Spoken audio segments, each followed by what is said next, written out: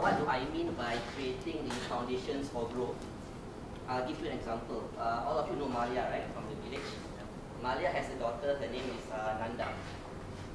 Even if you do not know, you can just imagine. So now she has a lab. Now this lab allows her to study at night. It stretches her studying hours. But that's not actually a very important thing for her. It looks important, but it's not. What is important is that that lab means that darkness is no longer an obstacle. She is free to move around. And that's a very important point. Because that ability, that will to move at any time one is the very essence of human freedom. So this is what I mean by growth. Then there's another example. This guy is a Pulau Air Raja resident. He has bought our lab, and in 1 year he will save about $60 because he no longer uses kerosene. Right? And this,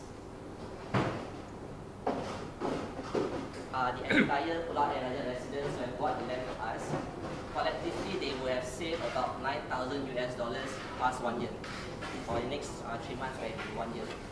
Then we have to ask ourselves, where is the money going? Now we know that they are not really saving. It's a very obvious thing that there's no culture of saving in the village. So what happens is that this extra money is being spent on goods and services, therefore boosting consumption and the economy. So this is what I mean by saying that we are creating the foundations for growth. Right?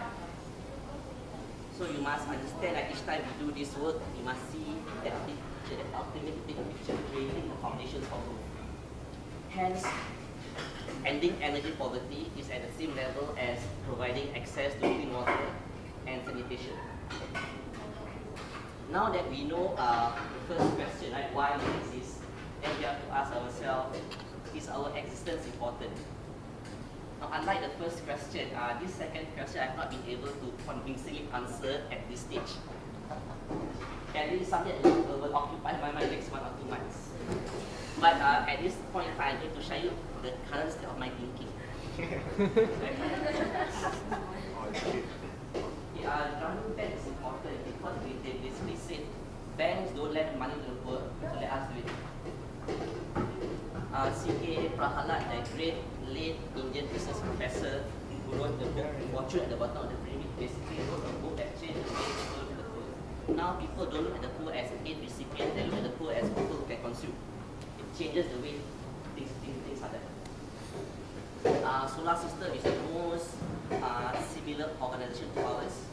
The saying is creating a channel, a network by women for women. they train women to bring the stamps to other places for other women. Then this is us the reasoning as to what does India actually do, or what is us important now that it is. Now perhaps NDI's uniqueness lies in the way we deliver the experience. We have created a system and environment where the women are in the process of self-discovery. They are doing things that they have never done before. They are going to places that they would never have done. And they are learning a lot in the process. And there's so much trust between us and the women. So it's a very hard thing to do, very hard to replicate. And if you could just imagine if whether we could put more effort in that area of teaching that women, a lot of high quality thinking, a lot of hard work in that area, perhaps in that process, we can actually transform the way education is delivered at the rural area to the women. And latest developments in technology suggest that this could be possible, because just about 2 days ago, India released the world's cheapest tablet computer. We have $35. The world's cheapest computer. So basically, the experience that we got with the iPad and the computers are not available at that level. So the gap has been bridged. But this is just one possibility as what we could be that we have not come yet.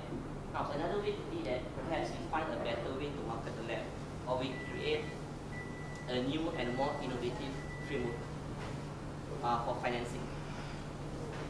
But I said this is the current of my thinking. I have not been able to articulate that clearly. But it is very important that in the next stage of our growth, we are able to make that thing very clear. Because it will make people say to us, this is a group worth working with, this is a group worth engaging for. And I think that there is some value in us at this moment, but that value is somehow hidden or submerged in our program.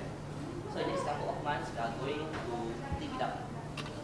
So basically what I'm going to do is that we are going to critically look at the entire NDI model, re-examine everything that we do, and see what is working and what is not working, and find ways to make it better, so that we can make project like 3 even better than the current project.